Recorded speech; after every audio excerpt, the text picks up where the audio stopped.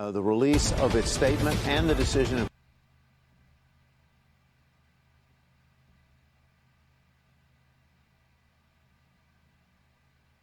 The release of its statement and the decision, and for that we go to Steve Leisman. The Federal Reserve leaving interest rates unchanged at 5.25% to 5.5%, a unanimous decision in the December meeting. The Fed says growth has slowed from the strong third quarter pace, saying inflation has eased over the past year but remains elevated. It is the first time they said anything positive about inflation for a very long time in the statement. And they backed off somewhat their bias to hike, saying it was now determining the extent of any additional policy firming, inserting the word any into the statement for the first time. They lowered their 2024 Fed funds outlook to 4.6% from 5.1%, so half a point down, forecasting on average for a Fed official 80 basis points of rate cuts next year.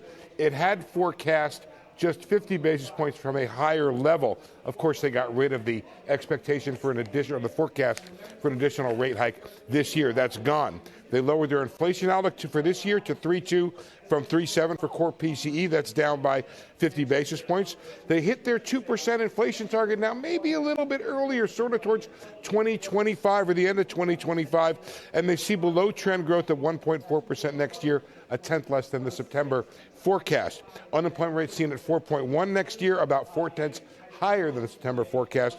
And they repeat in the statement that job gains have moderated but remain strong. Now, there's something in the dot plot that I think is worth pointing out. While that median did come down from 5.1 to 4.6, there are 5 Fed officials who are below that 4.6 number who see a full 100 basis points of rate cuts next year, and they're even more dovish into 2025. If you remember the September forecast, there had been at least one Fed official who was above 6%. That's gone, and the top of the dot plot now for next year is now 5.40. So I would say that the Federal Reserve today took a step towards the market rather than the market taking a step towards the Fed. I wouldn't say it's an all clear on this, but the Fed definitely backing off plans to hike additionally, or making certain that it plans to hike, and also forecasting more in the way of rate cuts next year for the average Fed official than they had in September. Tyler? And we are seeing, Steve, about the clearest market reaction we've seen to a meeting in some time, with stocks shooting higher. Dow's up about 150 points right now. And the 10-year yield just sank, at least almost 10 basis points. 13, you can see 4.07 is the intraday. On that note, let's get over to Rick Santelli for some reaction here. Rick?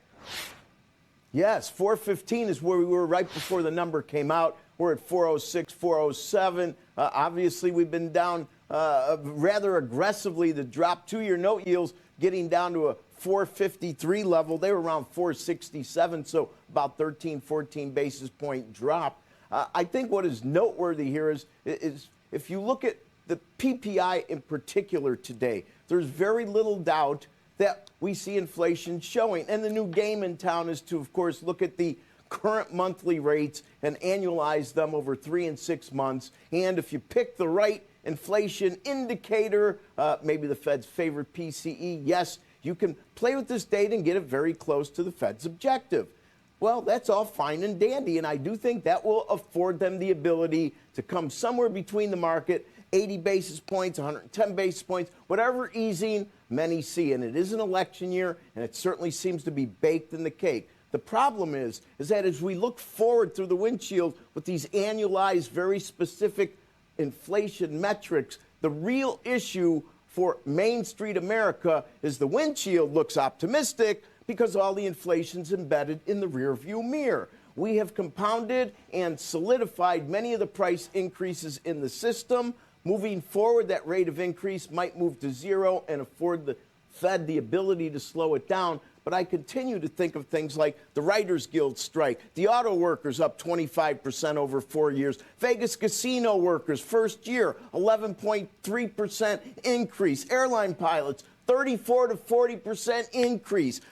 If we look at what's going on with UPS, 170 grand a year with benefits and pay increases. The reason I mention this is those obviously are in the rearview mirror as well, but they have set up a footing of pricing issues that will continue to hurt the market with regard to more workers, of course, and I'm not saying it's a bad thing, but there's going to be ongoing pressure for many others to continue to boost pay, and I think that cycle isn't going to be going away as quickly, even though the Fed will have the ability to lower rates in the future.